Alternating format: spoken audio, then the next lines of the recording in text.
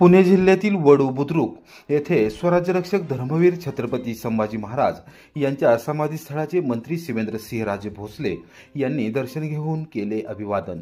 पुणे जिल्हा दौऱ्यावर असलेले सार्वजनिक बांधकाम मंत्री श्रीमंत छत्रपती शिवेंद्रसिंहराजे भोसले यांनी गुरुवारी सकाळी 11:30 वाजण्याच्या सुमारास शिरूर तालुक्यातील वडू बुद्रुक येथे स्वराज्यरक्षक धर्मवीर छत्रपती संभाजी महाराज यांच्या समाधीस्थळाचे दर्शन घेऊन अभिवादन केले। यावेळी त्यांनी स्मारकाच्या नूतनीकरणाच्या सुरू असलेल्या कामाची पाहणी करून सार्वजनिक बांधकाम विभागाच्या उच्चपदस्थ अभियंत्यांसह स्थानिक अधिकाऱ्यांना आवश्यक त्या सूचना केल्या। यावेळी आमदार ज्ञानेश्वर कटके व मान्यवर यावेळी उपस्थित होते। त्यानंतर त्यांनी हवेली तालुक्यातील मौजे तुळापूर येथे स्वराज्यरक्षक धर्मवीर छत्रपती संभाजी महाराज यांच्या बलिदानस्थळी नतमस्तक होऊन अभिवादन केले। या प्रसंगी समाधीस्थळाची पाहणी करून संबंधित अधिकाऱ्यांना आवश्यक त्या सूचना केल्या। स्मारकाचे आणि समाधीस्थळाचे काम दर्जेदार आणि वेळेत होणे आवश्यक आहे, त्या दृष्टीने तातडीने कार्यवाही करण्याची सूचना त्यांनी सार्वजनिक बांधकाम विभागाच्या अभियंत्यांना दिली आहे।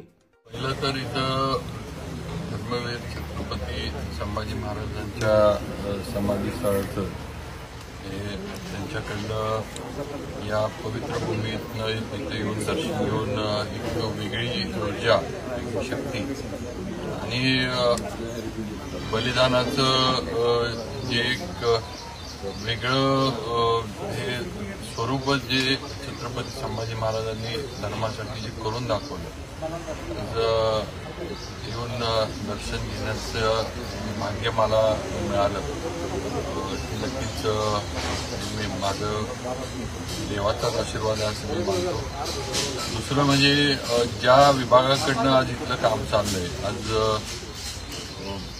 बांधकाम विभागाचा मंत्री म्हणून मला काम करण्याची संधी मिळाली आणि या विभागाच्या माध्यमातून समाधीस्थळाचं जे काही सुशोभीकरण, नवीन जे काही आहे सगळी कामं चाललीत। आज माझं भाग्य आहे की आज मला या विभागाचं मंत्री म्हणून काम करता आलं आणि ही कामं जी आहेत ही माझ्या विभागाकडनं सुरू आहेत। एक पूर्वजांच्या याला म्हणजे खऱ्या अर्थानं न्याय मिळवून देण्याचं म्हणा किंवा या संपूर्ण भूमीला एक वेगळं स्वरूप आणण्याचं, जसं आता झालं की हे पर्यटन स्थळ होऊ नये, हे तीर्थस्थळ झालं पाहिजे।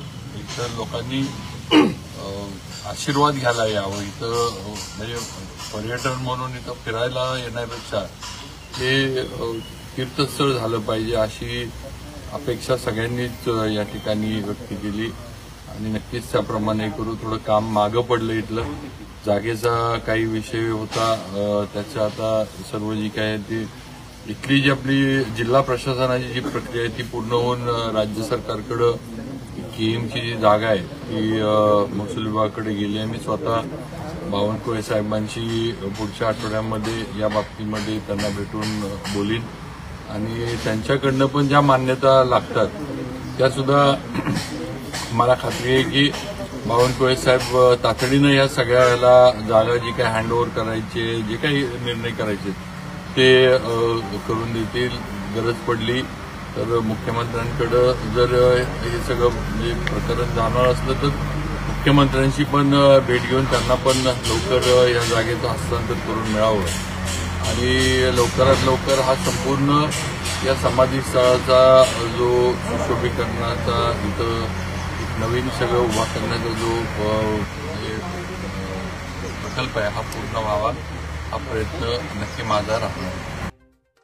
मराठा आरक्षणाच्या शासन निर्णयाला कोणीही आव्हान दिले तर धोका नाही, मंत्री शंभूराज देसाई यांनी स्पष्ट केली सरकारची भूमिका। खासदार संजय राऊत यांच्यावर जोरदार टीका।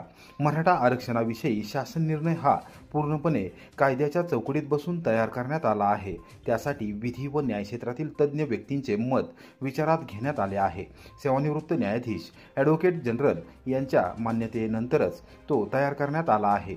मंत्रिमंडळ उपसमितीचा सदस्य या नात्याने मी जबाबदारीपूर्वक सांगतो की त्याला कोणीही आव्हान दिले तरीही काहीही फरक पडत नाही, असे स्पष्ट मत पालकमंत्री शंभूराज देसाई यांनी व्यक्त केले।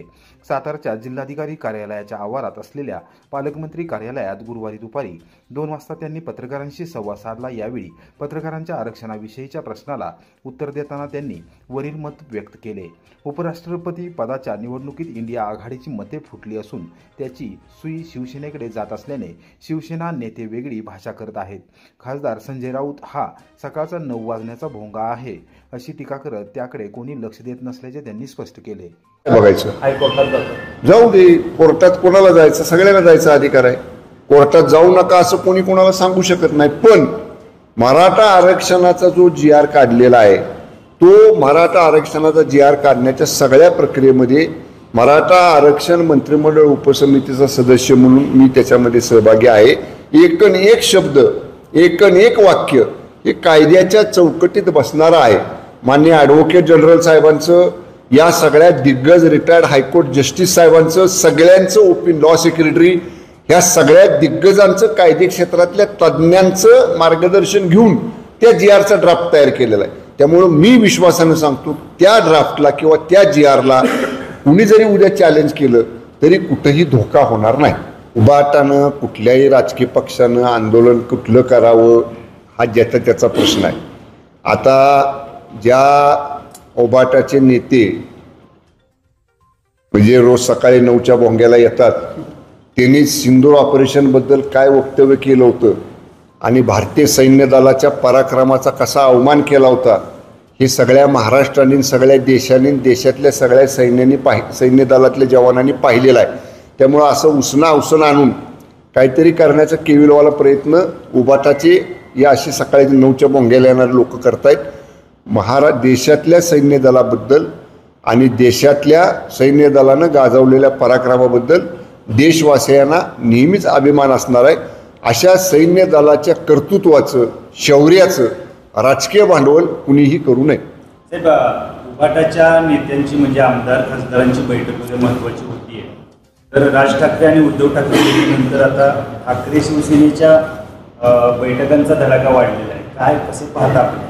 कदाचित उपराष्ट्रपती पदाच्या निवडणुकीमध्ये मोठ्या प्रमाणात क्रॉस वोटिंग झालं आणि पूर्ण देशभरातनं संशयाची उंगली ही उबाटाकडे केली जाते माध्यमांच्याकडनं।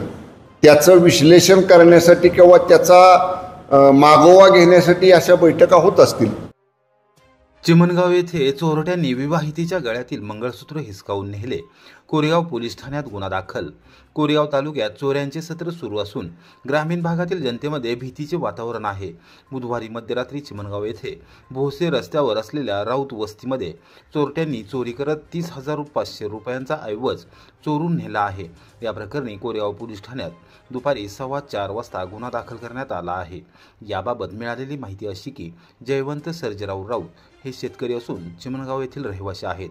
भोसे रस्त्यावर राऊत वस्ती तेथे ते कुटुंबासह वास्तव्यास आहेत।